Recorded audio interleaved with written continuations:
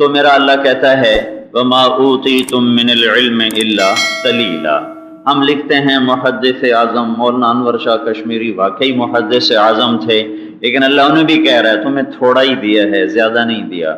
امام ابو حنیفہ میں کل ایسی اندازہ لگا رہا تھا تو کوئی 1 ارب کے قریب مسلمان ہیں، جس میں 60 کروڑ تقریباً امام ابو حنیفہ رحمۃ اللہ علیہ کے فتویٰ پر عمل کر رہے ہیں تقریباً، اور 40 کروڑ باقی 3 ائمہ کے پیچھے چل رہے ہیں۔ چند افراد ہیں شرذمۃ قلیلہ جو اپنے، جن کو غیر مقلد کہتے ہیں، وہ بھی قرآن و سنت سے دلیل پکڑتے ہیں، اگر وہ اکابر اسلاف کے بارے میں زبان درازی نہ کریں تو وہ بھی اہل حق ہیں، اگر وہ اس مرض میں مبتلا ہوتے ہیں تو پھر وہ صراط مستقیم سے ہٹے ہوئے کہلاتے ہیں۔ تو 60 کروڑ آدمی امام ابو حنیفہ رحمۃ اللہ علیہ کے پیچھے چلنے والے ہیں، لیکن ان پر بھی یہ آیت آتی ہے وما اوتیتم من العلم الا قلیلا، کہ میرے بندو تمہیں جو ملا ہے، دیکھو نا، جو ملا ہے، جو لیا ہے نہیں، طارق جمیل نے جو لیا ہے، نہیں بے وقوف ہے جو یہ کہتا ہے میں عالم ہوں ہم علماء ہیں۔ یہ تم تو چھوٹے چھوٹے بچے ہو، کوئی ذرا تمہاری بے اکرامی ہو جائے تو تم کہنا شروع کر دے تو ہم علماء ہیں، ہماری بے اکرامی ہو گئی، یہ عوام ہمارا حق نہیں پہچانتے۔ تم نے تو خود اپنا حق نہیں پہچانا کہ تم نے اپنی جہالت، علم کا مطلب اپنی جہالت کا اعتراف ہے کہ میں کچھ نہیں جانتا۔ اللہ کی قسم، جس کا جتنا علم بڑھتا ہے اتنا وہ اپنے آپ کو جاہل کہتا ہے، اور جو جتنا جاہل بنتا ہے، جتنی جہالت میں آگے بڑھتا ہے، وہ اتنا اپنے آپ کو علامہ سمجھتا ہے اور عالم سمجھتا ہے۔ اس لیے امام شافعی نے فرمایا کہ میں نے کسی عالم سے مناظرہ کیا تو ہمیشہ غالب آیا، جب کسی جاہل سے کیا تو وہ میرے اوپر غالب آ گیا۔ تو اللہ تعالیٰ محدث کو، مفسر کو، فقیہ کو، ڈاکٹر کو، پی ایچ ڈی کو، سائنسدان کو، انجینئر کو کہہ رہا ہے وما اوتیتم، جو تمہیں ملا ہے، تم نے خود نہیں لیا، تمہیں دینے والے نے دیا ہے، وہ دینے والا ہے، وہ دینے والا ہے وعلمک ما لم تکن تعلم، وہ دینے والا ہے وربک الاکرم الذی علم بالقلم علم الانسان ما لم یعلم، وہ اللہ ہے۔ تو وہ اللہ جو علم دیتا ہے دین کا یا دنیا کا، تو وہ کہتا ہے الا قلیلا، میں نے بہت تھوڑا دیا، بہت تھوڑا دیا، تاکہ تم اپنے علم پہ نازاں نہ ہو، نازاں نہ ہو۔ تمہیں عجب سنو، عبد الرحمن بن ابی لیلہ امام ابو حنیفہ سے بہت لگتے تھے، بڑے آدمی تھے وہ بھی، سارے اس امت میں اختلاف باقی رہے، اختلاف نہ ہو یہ دعا کی، نہ ہو یہ دعا کی، اللہ نے کہا نہیں یہ دعا قبول نہیں ہے، اختلاف ہوگا، لہذا مخلصین میں بھی ہوا اور مرائین میں بھی ہوا، دنیا کے طلبگاروں میں بھی ہوا اور اللہ کے طلبگاروں میں بھی اختلاف ہوا ہے۔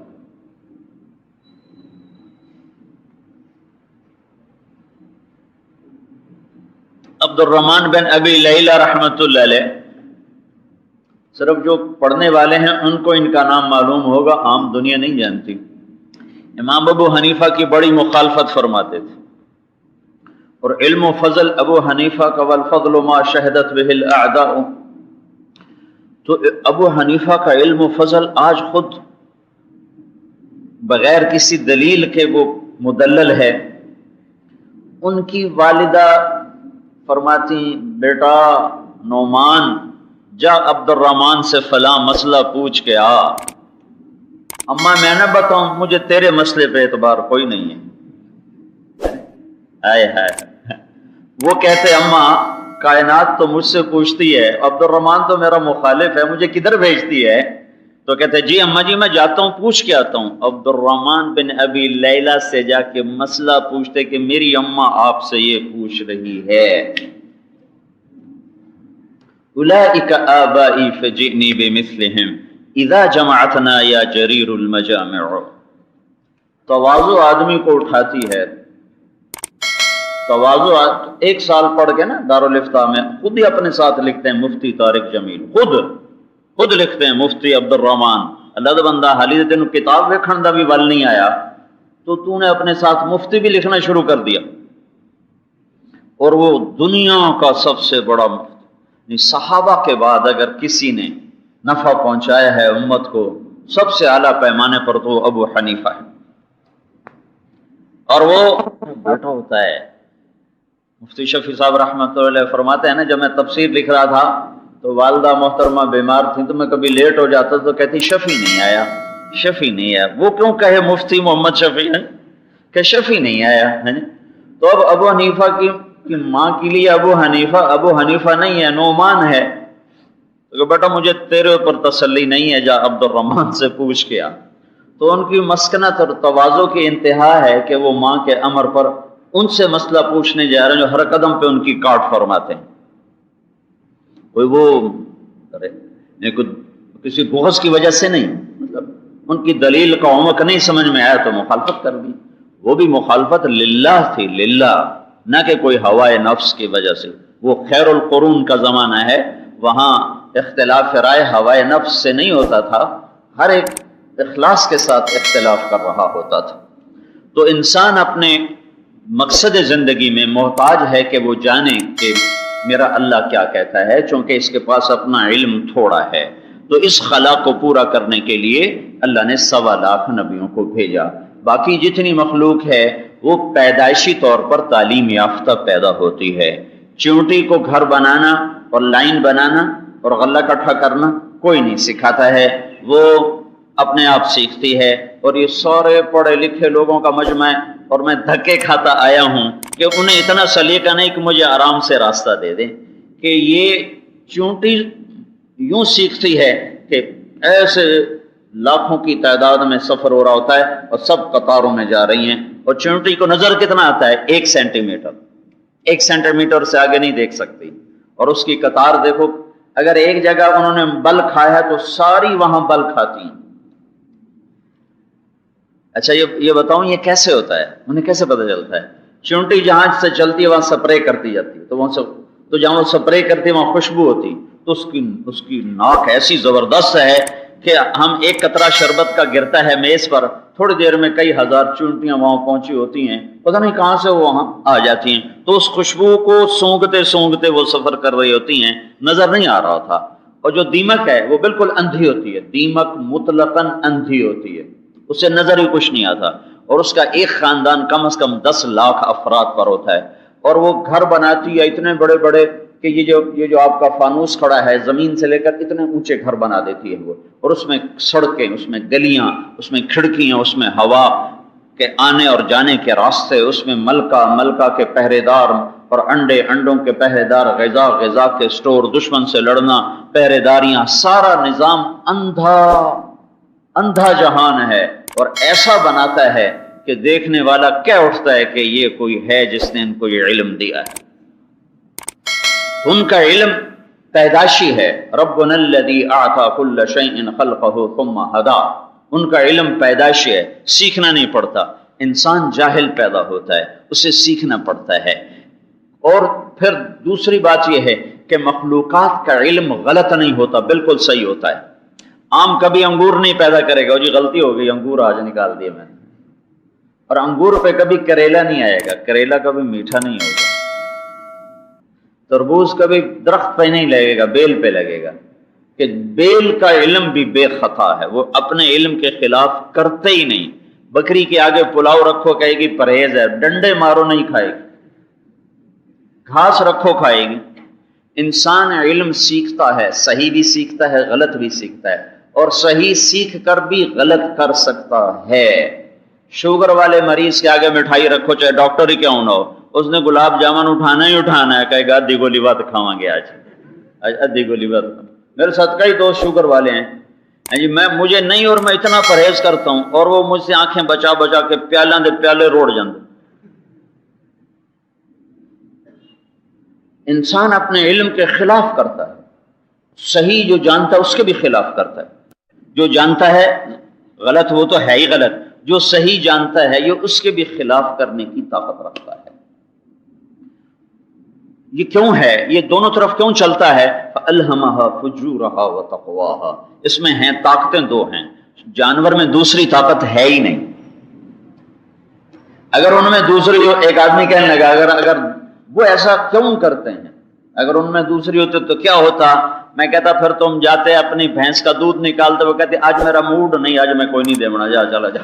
پھر تم خالی خالی بانڈا واپس لے کر آتے کہ ماں جان دے آج میرا دل کو نہیں، آج میں کوئی نہیں دیونا۔ اللہ نے ان کو جبرن باندھ دیا ہے کہ هو الذی خلق لکم ما فی الارض جمیعا، یہ تمہاری خدمت کے لیے، وسخر لکم ما فی البر والبحر، یہ تمہارے لیے اللہ تعالیٰ نے مسخر کیا ہے۔ اگر یہ نہ کرتا تو تم تو مخلوقات سے نفع اٹھانے کی شکل میں نہیں تھے۔ اگر بھینس اپنی پوری طاقت دکھا دے تو ہم اس کے قریب جا سکتے؟ تو جانوروں کا علم بے خطا ہوتا ہے اور اپنے علم کے خلاف کرتے نہیں ہیں، اور انسان کا علم خطا پر بھی ہے اور ثواب پر بھی ہے، اور خطا کے ساتھ بھی خطا کرتا ہے اور ثواب کے ساتھ بھی خطا کرتا ہے۔ سارے جانتے ہیں جھوٹ لعنت ہے، سارا بازار جھوٹ پہ چلتا ہے۔ تو یہ کیوں ہے؟ یہ اس لیے ہے کہ لیبلوکم ایکم احسن عملا، اللہ بھی خطا کرتا ہے اور ثواب کے ساتھ بھی خطا کرتا ہے۔ سارے جانتے ہیں جھوٹ لعنت ہے، سارا بازار جھوٹ پہ چلتا ہے۔ تو یہ کیوں ہے؟ یہ اس لیے ہے کہ لیبلوکم ایکم احسن عملا، اللہ نے ہمیں دونوں طاقتیں دے کر ہمیں امتحان میں ڈالا ہے کہ میں دیکھوں گا تم میں اچھا عمل کون کرتا ہے۔ انسان جانور بگڑ جائے تو مر جائے گا، کیا ہوگا؟ یہ جنگل کتا باولا ہو جائے تو کسی جنگل کو نکل جائے گا، ایک دو کو کاٹ لے گا، پھر خود بھی مر جائے گا۔ لیکن انسان اگر بگڑ جائے تو یہ ایک عالم کو برباد کرتا ہے، پھر خود مر کے ہمیشہ کی جہنم کا شکار ہوتا ہے۔ نارن احاط بہم سرادقها، یہ وہاں جاتے ہیں جہاں کی دیکھو نا، سورج ہم سے 9 کروڑ میل کے فاصلے پر ہے اور اس کی گرمی نے ہمیں بے حال کیا ہوا ہے، اور ہم چھت تلے بیٹھے ہوئے ہیں۔ ماء کالمہل، ایسا پانی جس میں تیل ملا ہوا ہو، ایسا پانی پینے کو دیا جائے گا۔ اور اس میں کیا ہے؟ یسقا من ماء صدید، اس میں اور پیپ بھی ملا ہوا ہے، تیل بھی ملا ہوا ہے۔ یتجرعہ ولا یکاد یسیغ، نہ پی سکتا ہے نہ اگل سکتا ہے۔ گھر کیسے ہیں؟ انہا علیہم مؤصدہ فی عمد ممددہ، اوپر چھت بھی آگ ہے اور ستون بھی آگ ہیں، ستون بھی آگ ہیں۔ اندر بستر کیسے ہیں؟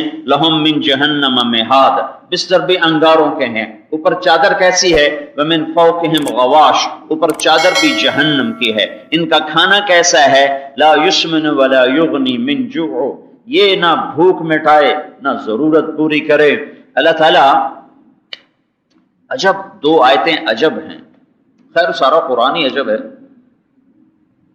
لیکن قرآن میں بعض سے اعلیٰ، قرآن سارا ہی فصیح ہے، سارا ہی فصیح ہے، لیکن قرآن کی سب سے فصیح آیت، قرآن کی سب سے فصیح آیت، وقیل یا ارض ابلعی ماءک ویا سماء اقلعی وغیض الماء وقضی الامر واثبت علی الجودی وقیل بعدا للقوم الظالمین۔ یہ قرآن کی سب سے خوبصورت آیت ہے کہ یہ 19 الفاظ ہیں اور 21 اقسام بلاغت اس کے اندر ہیں، جو انسانی قدرت سے باہر ہے کہ الفاظ 19 اور اقسام بلاغت 21 انسان کے بس میں نہیں۔ عبداللہ بن مقفع ایک ایرانی گزرا ہے، پہلے فارسی تھا، پھر ایمان لایا، مسلمان ہوا، بنو امیہ کا پرجوش حامی تھا، پھر جب انقلاب آیا تو ہارون نے اسے قتل کروایا تھا، تو منصور نے اسے قتل کروایا تھا۔ وہ جب پارسی تھا تو عرب کا وہ ادیب الکلیل و دمنہ ایک کتاب اب بھی اس کی بقایا جات میں ملتی ہے، جس میں اس نے بنو عباس پہ چوٹ ماری ہے خرگوش اور شیر کی کہانی بنا کر، اور ہرن، خرگوش، شیر، بڑے خوبصورت انداز میں۔ اس کو جب وہ پارسی تھا، کسی نے کہا تم قرآن کے مقابلے میں کلام کیوں نہیں تیار کرتے ہو، تم تو بڑے ادیب ہو۔ تو اس نے کہا مجھے 1 سال کا راشن دو، خرچہ دو، اور مجھے کتابوں کا ڈھیر دو، میں مسلمانوں کی کتاب کے مقابلے میں کلام بنا دوں گا۔ 1 سال تک وہ بندہ گھر کی دہلیز سے باہر نہیں نکلا، 1 سال پورا گھر کے اندر ضروریات زندگی موجود ہیں، اور وہیں وہ 1 برس کلام بناتا ہے، پھر خود ہی اسے پھاڑتا ہے، لکھتا ہے، رد کرتا ہے، لکھتا ہے، رد کرتا ہے۔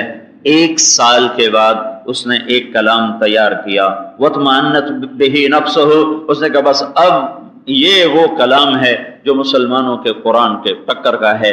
اس کے بعد پہلا دن ہے وہ گھر سے باہر نکلا اور یوں گلی میں جا رہا ہے، اور گلی میں ایک کھڑکی ایسے کھلتی ہے، ایک کھڑکی کھلی ہوئی ہے جیسے گھروں کی کھڑکیاں گلیوں میں کھلتی ہیں، وہ کھڑکی کے پیچھے کمرے میں ایک بچی گلی کی طرف منہ کر کے قرآن پڑھ رہی ہے، وہ اپنی تلاوت کر رہی ہے، اس کی ہدایت کا وقت اللہ لا چکا ہے، پتہ نہیں کون سی ادا پسند آئی ہے کہ گیا جل عمر گئے قتل کرنے، مل گئی فاروقیت، مل گئی صحبت، تو یہ گیا ہے قرآن کا مقابلہ کرنے اور مل گئی ہدایت، یہ یوں گزرا، اور ادھر سے اس بچی کے منہ سے یہ آیت نکلی وقیل یا ارض ابلعی ماءک، تو وہ کھڑا ہو گیا اور آیت سن لے، وقیل یا ارض ابلعی ماءک ویا سماء اقلعی وغیض الماء وقضی الامر واستوت علی الجودیش وقیل بعدا للقوم الظالمین، تو اس پہ کپ کپی طاری ہوگی راشا۔ اتنی عربی ضرور سیکھو کہ تم پر بھی کلام اللہ ایسا اثر ڈالے۔ یہ صرف ضربا ضربا والے عربی پڑھ کے تم لڑنے لڑانے میں لگ رہتے ہو، ضربا پتہ نہیں زید آیا کتوں آئی کٹائی کرن، اے ہے کہنے کا یا ویلتا یا ویلتا یا ویلتا، ہے میں مر گیا، ہے میں مر گیا، میرے کلام کو تو یہ ایک جملہ کھا گیا، میں سارے قرآن سے ٹکر کہاں لوں گا، واپس جا کے سارا کلام بھی پھاڑ دیا اور کلمہ بھی پڑھ گیا، ایمان بھی لے آیا۔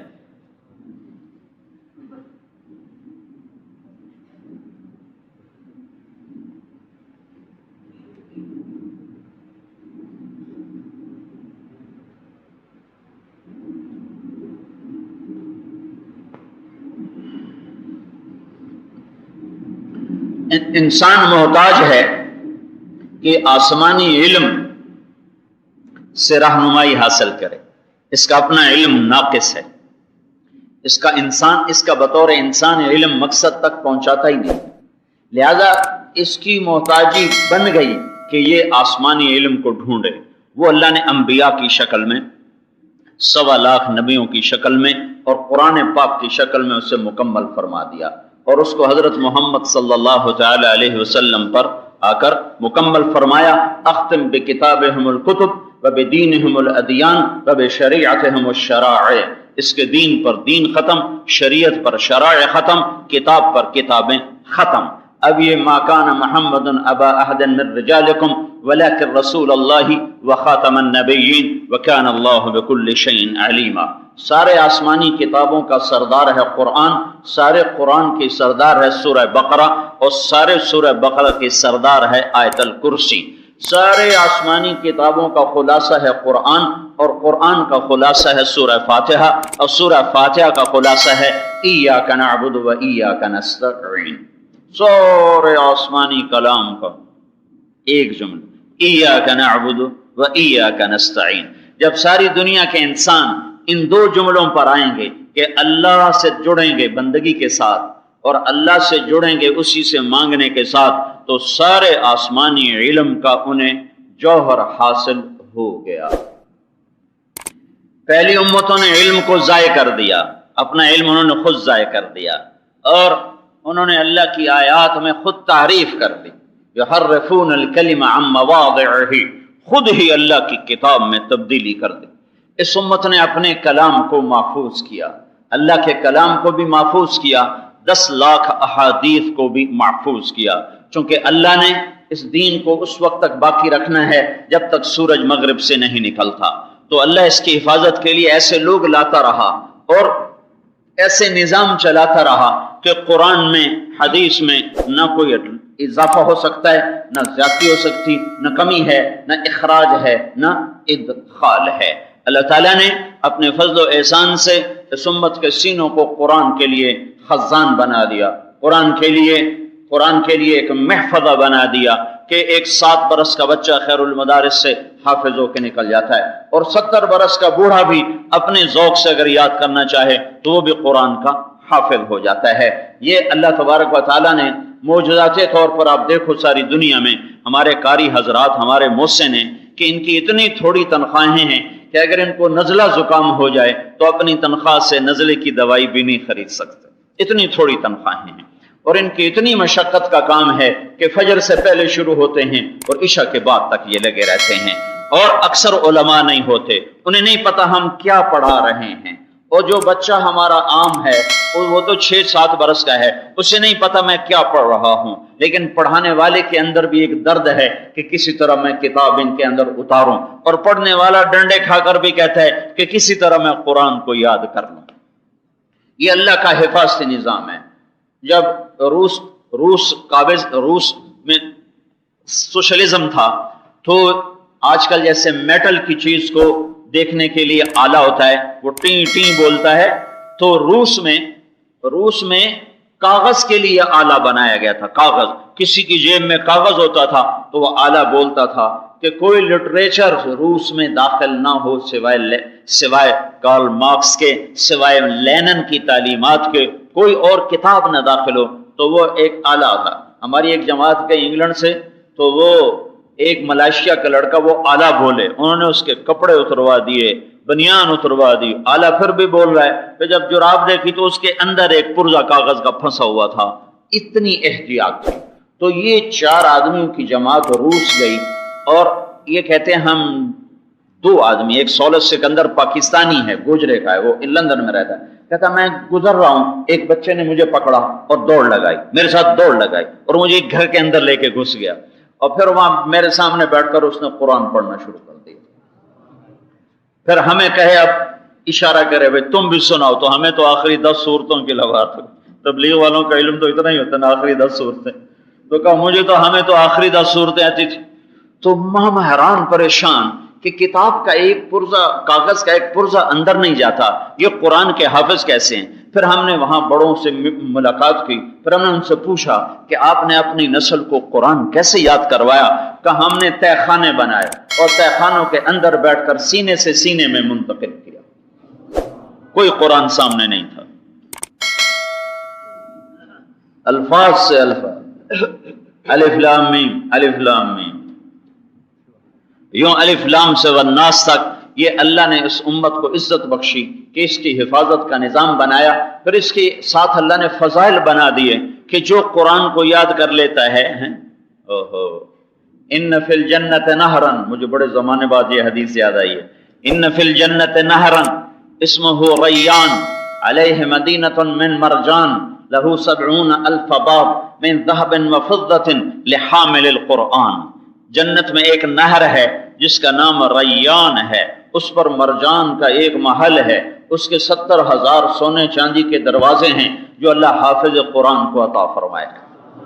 وہ بچہ ہو یا بچی ہو، اللہ اس کو وہ محل عطا فرمائے گا، اور پھر یہ بیٹھا ہوگا تو پہلا دروازہ کھلے گا، اور اس میں سے 70,000 فرشتے آ کر اس کو سلام پیش کریں گے اور 70,000 تحفے پیش کریں گے کہ یہ قرآن کا صلہ ہے، اللہ آپ کو تحفہ دے رہے ہیں۔ پھر یہ چلے جائیں گے، دوسرا دروازہ کھلے گا، اس میں سے 1,40,000 فرشتے آئیں گے اور اس کو سلام پیش کریں گے اور اتنے ہی تحفے پیش کریں گے۔ پھر تیسرا دروازہ کھلے گا، اس میں سے 2,80,000 فرشتے اندر آئیں گے اور ان کو سلام کریں گے اور تحفے پیش کریں گے۔ پھر اگلا دروازہ کھلے گا تو 5,60,000 فرشتے اندر آئیں گے اور اتنے ہی تحفے دیں گے اور واپس جائیں گے۔ جب آخری دروازہ کھلے گا تو 4,90,00,000,000 فرشتہ اس کو سلام کرنے کے لیے حاضر ہو رہا ہے۔ وہ حافظ جس کو پوچھتا ہی کوئی نہیں، قاری جس کو کوئی پوچھنے والا کوئی نہیں، علماء کی تو پھر بھی کوئی سنوائی ہو جاتی، بیچارے قاریوں کو کون پوچھتا ہے؟ پھرتے ہیں خار میر کوئی پوچھتا نہیں، اس عاشقی میں عزت سادات بھی گئی، اس عاشقی میں انشاءاللہ وہ ملنے والا ہے جو ایک عام آدمی گمان بھی نہیں کر سکتا ہے۔ ان للہ اہلین من الناس، جو اللہ اہل سے پاک، بیوی سے پاک، بچوں سے پاک، متخذ صاحبۃ ولا ولدا، لم يتخذ صاحبۃ ولا ولدا، لم یلد ولم یولد، ولم یکن له شریک فی الملک، ولم یکن له ولی من الذل وکبرہ تکبیرا۔ وہ اللہ اس اللہ کے بارے میں میرا نبی کہتا ہے، ان للہ اہلین من الناس، اللہ کے گھر کے کچھ لوگ ہیں، گھر کے، اللہ گھر والا ہے، اللہ تو گھر سے پاک، ہر چیز سے پاک، ہر قسم کے علائق سے پاک، اور میرا نبی کہہ رہا ہے کچھ اللہ کے گھر کے لوگ، بڑے خاص لوگ۔ تو صحابہ نے پوچھا یا رسول اللہ من ہم، کون ہے وہ؟ تو آپ نے کہا اہل القرآن اہل اللہ و خاصتہ، یہ سارا دن قرآن پڑھنے پڑھانے والے سند کو زندہ کیا، پہلی امت ہے جس نے سند کو زندہ کیا۔ آج تک کوئی امت سند کو نہیں زندہ کر سکتی، اس لیے ان کا علم ضائع ہو گیا۔ آج کی لکھی ہوئی انجیل دو آدمیوں کی ہے، ایک لوقا ایک یوحنا۔ یہ دو آدمی حضرت عیسیٰ علیہ السلام کے دیکھے ہوئے نہیں، یہ بعد کے لوگ ہیں۔ انہوں نے یہ انجیل لکھی ہے، کس سے سنی ہے کوئی پتہ نہیں، کس زبان سے، انگلش میں اردو میں آئی ہے کوئی پتہ نہیں، لہذا دونوں نسخوں میں بہت تضاد ہے۔ یہ دو نسخے ویسے 70 نسخے تھے 1935 تک انجیل کے 70 نسخے تھے۔ تو جرمنی والوں نے، جرمنی بڑا طاقتور ملک تھا 1935 میں، انہوں نے جب ان کو ملایا تو دونوں ہر ایک نسخہ دوسرے سے ایسے مختلف تھا جیسے دن اور رات، جیسے زمین و آسمان۔ وہ کہنے لگا کون سچا کون جھوٹا، کہنے لگا مسلمانوں کا قرآن اکٹھا کرو، وہ بھی ایسا ہی ہوگا۔ تو بغض میں انہوں نے 70 کی بجائے 40,000 قرآن اکٹھے کیے دنیا کے ہر خطے سے۔ اور 1935 میں پریس کوئی نہیں ہے، بہت کم ہے، ہاتھ کا لکھا ہوا زیادہ ہے۔ 40,000 نسخوں پر انہوں نے سر جوڑ کے ٹیمیں بٹھائیں کہ کہیں کچھ نکالو، میرے رب کی قسم زیر زبر کا فرق بھی نہ نکال سکا۔ میں نے کہا بھائی یہ تو کوئی اور ہی قصہ ہے، یہ تو کوئی اور ہی قصہ ہے۔ دیکھتے نہیں ہو رمضان میں لوگوں کو کچھ سمجھ میں نہیں آ رہا اور کھڑے ہیں سن رہے ہیں، یہ اللہ کا غیبی نظام ہے۔ سنانے والے کو کچھ سمجھ میں نہیں آ رہا، میں یعلمون و تعلمون ہے، یتفکرون ہے، خلقو ہے، خلقو ہے، کیا ہے کیا نہیں کچھ پتہ نہیں ہے، لیکن وہ زیر زبر کو ٹھیک کرتے ہوئے پڑھتا جا رہا ہے، پڑھتا جا رہا ہے، پڑھتا جا رہا ہے۔ والناس پہ جا کے وہ رکوع کرتا ہے، 3 دن میں قرآن ختم ہو رہا ہے۔ میں نے 3 دن میں کئی دفعہ سنا کہ میں مسافر ہوں تو مجھے ٹھہرنا بہت کم ملتا ہے، تو میں کبھی 3 دن میں سن لیتا ہوں، کبھی ہفتے میں سن لیتا ہوں، کبھی 10 دن میں سن لیتا ہوں۔ تو کوئی کھڑے ہیں اور کوئی تھکاوٹ نہیں ہو رہی، کوئی پریشانی نہیں ہو رہی کہ 10 سپارے سننے پڑیں گے، کیا بنے گا؟ سنانے والا بھی خوشی سے سنا رہا ہے، سننے والے بھی خوشی سے سنا رہے ہیں۔ یہ اللہ کا حفاظت کا نظام ہے۔ ایسے ہی حدیث پاک کی حفاظت کا نظام چلا سند کے ساتھ۔ سند کہاں سے کہہ رہے ہو؟ کس نے کہا ہے؟ سند ابو زرع رحمت اللہ علیہ فی سیاقت الموت، موت کی سکرات میں ہیں اور بے ہوش ہیں۔ اب ان کو کلمہ پڑھانا ہے، تلقین، اور تلقین کا طریقہ یہ ہے کہ مرنے والے کے قریب یہ مت کہو کہ بھائی کلمہ پڑھ لے، اس کے قریب بیٹھ کے کلمہ پڑھو، کہو لا الہ الا اللہ، لا الہ الا اللہ، لا الہ الا اللہ، یہاں تک کہ وہ بھی کہنا شروع کر دے لا الہ الا اللہ۔ اب یہ ہیں بے ہوش اور ان کو کلمہ تلقین کرنا ہے۔ تو 3 آدمی بیٹھے ہیں، منذر بن شاذان، ابو حاتم، محمد بن سلمہ، تینوں محدثین ہیں اور یہ محدث اعظم ہیں۔ ابو زرع فرماتے تھے مجھے 1,00,000 حدیث ایسے یاد ہے جیسے تمہیں قل ہو واللہ یاد۔ میں نے بڑی حدیثیں یاد کی پر بھول گیا۔ کوئی پاکستان میں ذوق ہی نہیں تھا حدیثوں کو یاد کرنا، اللہ نے مجھ سے اس کی ابتدا کرائی، میرا حافظہ اچھا تھا لیکن مجھے راہبری نہیں تھی کہ ان کو محفوظ کیسے کرنا ہے اور ان کو آگے باقی کیسے رکھنا ہے۔ بس ایک جوش تھا، جوانی تھی، میں کتنا کچھ یاد کرتا چلا گیا، لیکن کاش کہ اس کا ماحول ہوتا تو پتہ ہوتا بھائی ان کو اب محفوظ کیسے کرنا ہے، تو میرے ضائع ہو گئے۔ وہ بناتے میں 1,00,000 حدیث مجھے ایسے یاد ہے جیسے تمہیں قل ہو واللہ یاد ہے۔ تو اب یہ حدیث ہے من کان آخر کلامہ لا الہ الا اللہ دخل الجنہ، ہے نا حدیث بھائی، مشہور حدیث ہے۔ اچھا اب میں قربان جاؤں، کیا اس امت نے افراد دیکھے اور اللہ نے پیدا کیے۔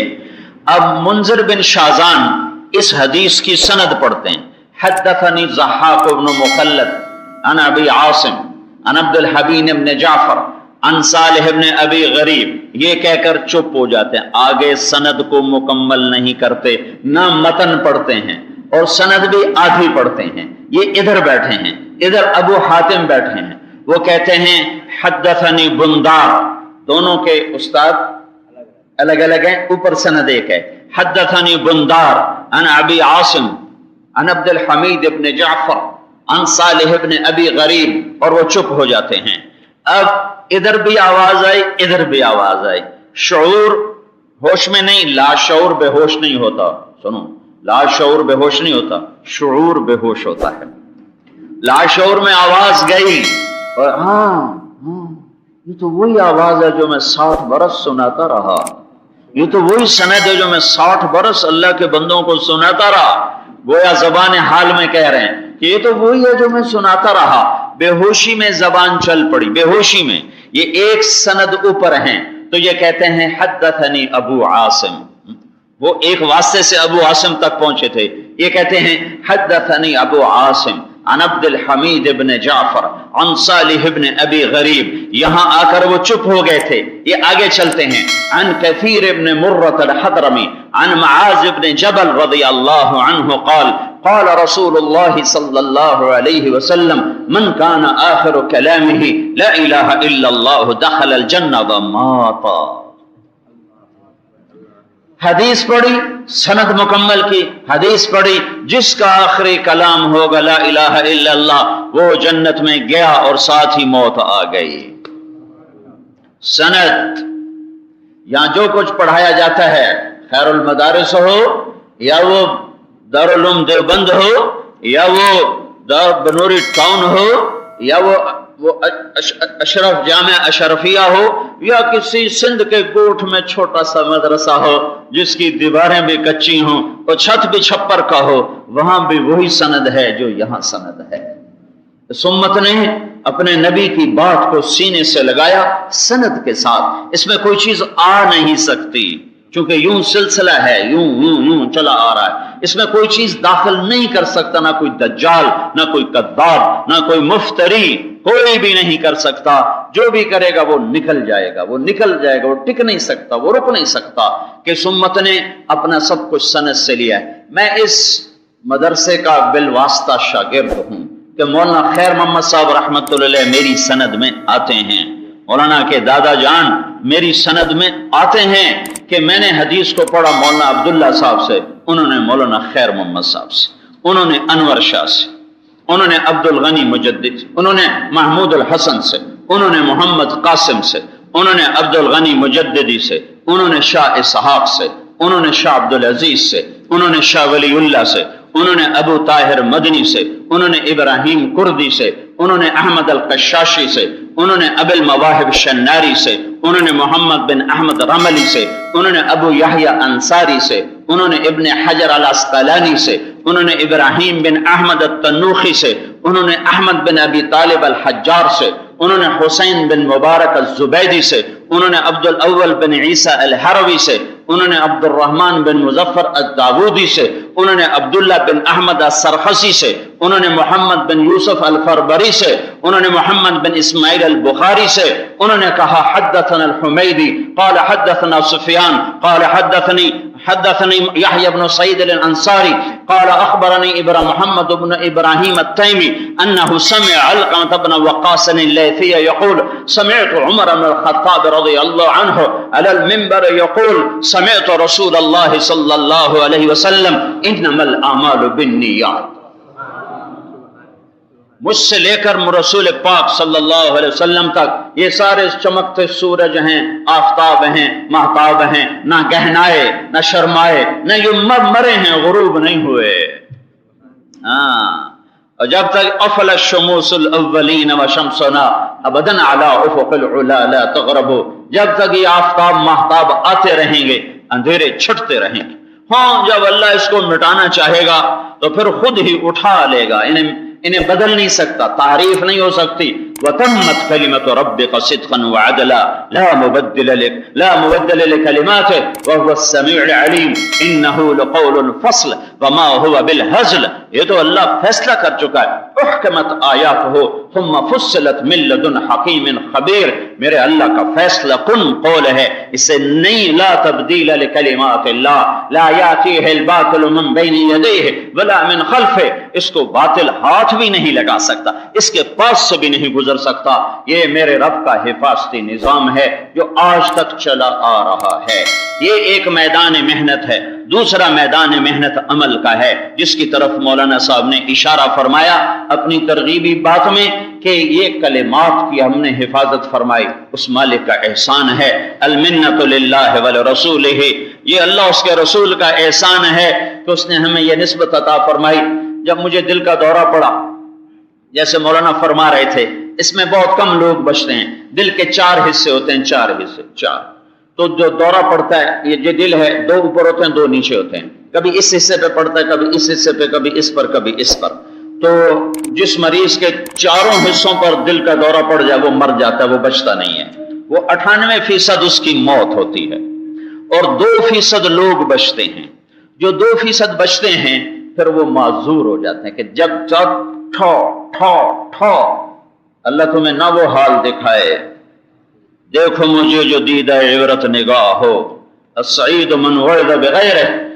تو 4 حصوں پر جب حملہ ہوتا ہے نا، تو پھر وہ دل جو نا ڈھیلا ہو جاتا ہے، ڈھیلا ہو جاتا ہے، اور اس کے جو اعصاب ہیں وہ یوں شکستہ ہو جاتے ہیں۔ پھر وہ دل کو خون کو پمپ نہیں کر سکتا، تو پھر مریض کے پھیپھڑوں میں پانی بھرتا ہے، بیٹھے بیٹھے سانس چڑھتا ہے، بغیر کسی وجہ کے سانس پھولتا ہے، پھر وہ پل پل مرتا ہے اور پل پل جیتا ہے۔ تو اللہ کی قدرت تھی، اس نے بھی میری موت نہیں لکھی تھی کہ قربان جاؤں میں۔ تبلیغ کے ایک جملے نے مجھے بڑا آسرا دیا، اللہ سے سب کچھ ہونے کا یقین اور مخلوق سے کچھ نہ ہونے کا یقین۔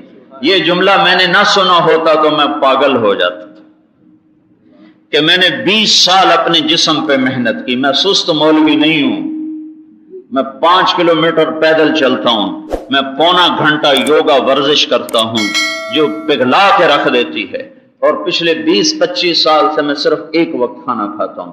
صبح ناشتہ کرتا ہوں، رات کو کھانا کھاتا ہوں، دوپہر کوئی چائے کا کپ پیتا ہوں، کوئی موسم کا ایک آدھ پھل کھاتا ہوں، اور اس میں بھی حلوے نہیں کھاتا، پراٹھے نہیں کھاتا، اور مٹھائیاں نہیں کھاتا، شربت نہیں پیتا، بوتلیں نہیں پیتا، اور دیسی شکر استعمال کرتا ہوں، شہد کا شربت پیتا ہوں۔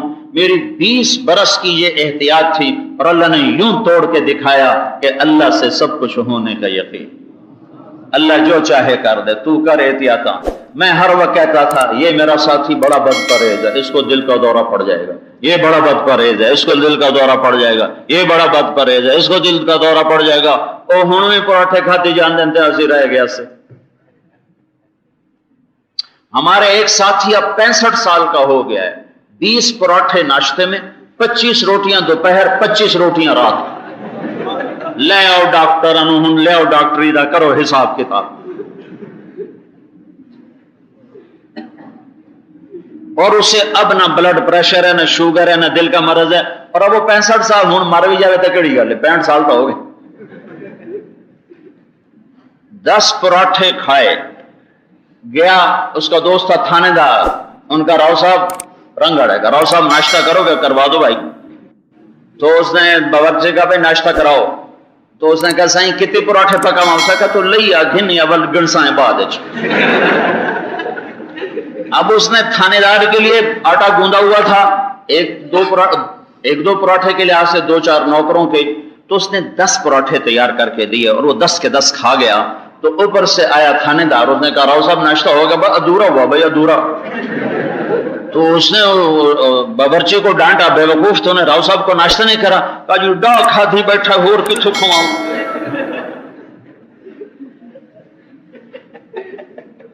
اس کے بعد دونوں تھانے گئے، تھانے کو 2 گھنٹے تھانے کا کام کاروائی چل رہی ہے۔ 2 گھنٹے کے بعد ایک پکوڑے بیچنے والا آ گیا، تو تھانے دار کہتا ہے راؤ صاحب اس کے پکوڑے بڑے اچھے ہوتے ہیں، کھاؤ گے؟ کہ بھائی کھلا دو۔ کہا بھائی ادھر آوے، راؤ صاحب کو پکوڑے تول دے۔ آپ کتنے تولوں؟ کرما اللہ سارا تھال ہو رہا کرو، تولنا نہیں، تھال تول۔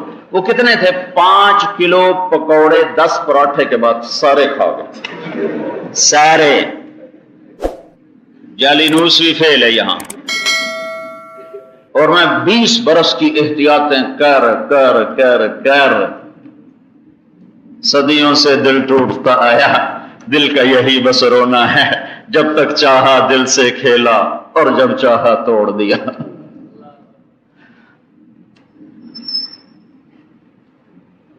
ایسا ٹوٹا کہ 9 ڈاکٹر 9 کے 9 نا امید، مایوس، کہ مولوی صاحب میرا بھائی ایک طرف کھڑا رو رہا تھا کہ بھائی اب نہیں بچتا ہے، کوئی اللہ معجزہ دکھائے تو دکھائے.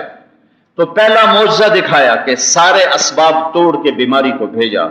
اور میں بتا رہا ہوں یہ جملہ 40 سال ہو گئے سنتے ہوئے، اللہ سے سب کچھ ہونے کا یقین، مخلوق سے اللہ کے بغیر کچھ نہ ہونے کا یقین. تو مجھے یہ تسلی ہوئی کہ طارق جمیل تیری 20 سالہ محنت مخلوق تھی، اور مخلوق سے نفع تبھی ہوتا ہے جب اللہ چاہتا ہے.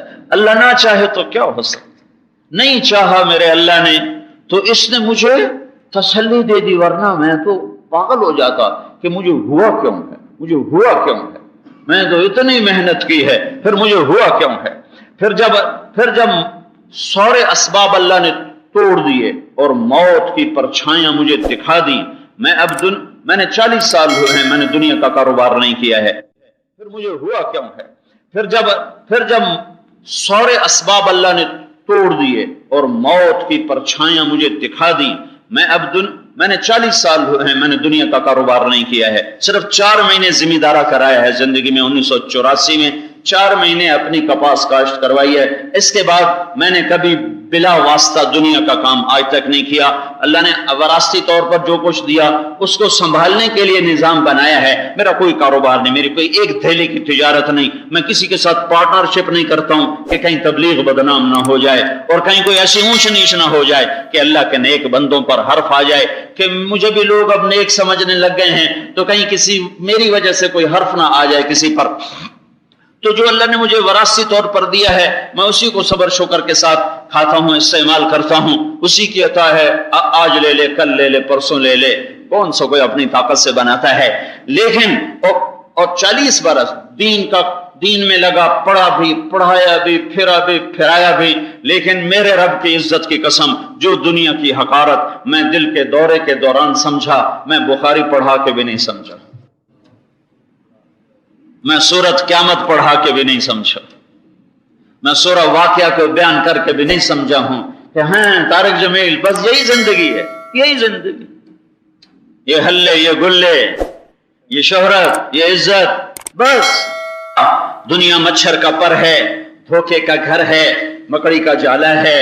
بیان کرنے میں نے اسے لاکھوں دفعہ یہ جملہ دہرایا ہے، میرے بیانات میں جملہ بکثرت ملتا ہے، پر میرے رب کی قسم دل کبھی نہیں بولا تھا کہ یہ دھوکے کا گھر ہے، یہ مچھر کا پر ہے، یہ مکڑی کا جالا ہے. اور جب میرے اللہ نے دل پہ اپنے امر کو نازل کیا تو میرا دل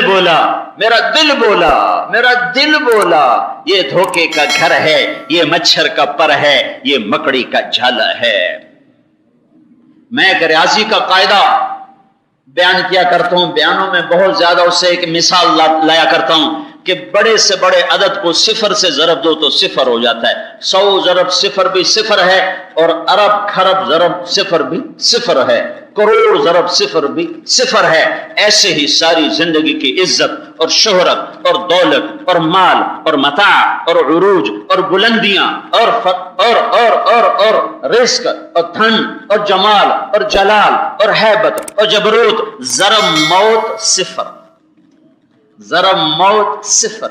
سکندری ضرب موت صفر، چنگیزی ضرب موت صفر، فرعونیت ضرب موت صفر، قارونیت ضرب موت صفر، بنو امیہ کا جلال ضرب موت صفر، بنو عباس کا جمال ضرب موت صفر، شاہان مغلیہ کا ٹھاٹھ باٹھ ضرب موت صفر. یہ بھی بس زبانی کہا کرتے تھے، اس دن میرا دل بولا طارق جمیل ضرب موت صفر، صفر صفر، کچھ یاد نہیں تھا. بس ایک حدیث کا آسرا تھا جو میں بیان کرنے لگا تو کچھ اپنا حال بھی بتا دیا. یہ ایک حدیث میرے لیے بہت بڑا آسرا بنی ہوئی تھی. اور ایک بات مجھے یہ حسرت اس وقت تھی، نہ بیوی یاد، نہ بچے، نہ اولاد، مجھے حسرت ان گھڑیوں پر تھی جو غفلت میں گزر گئیں.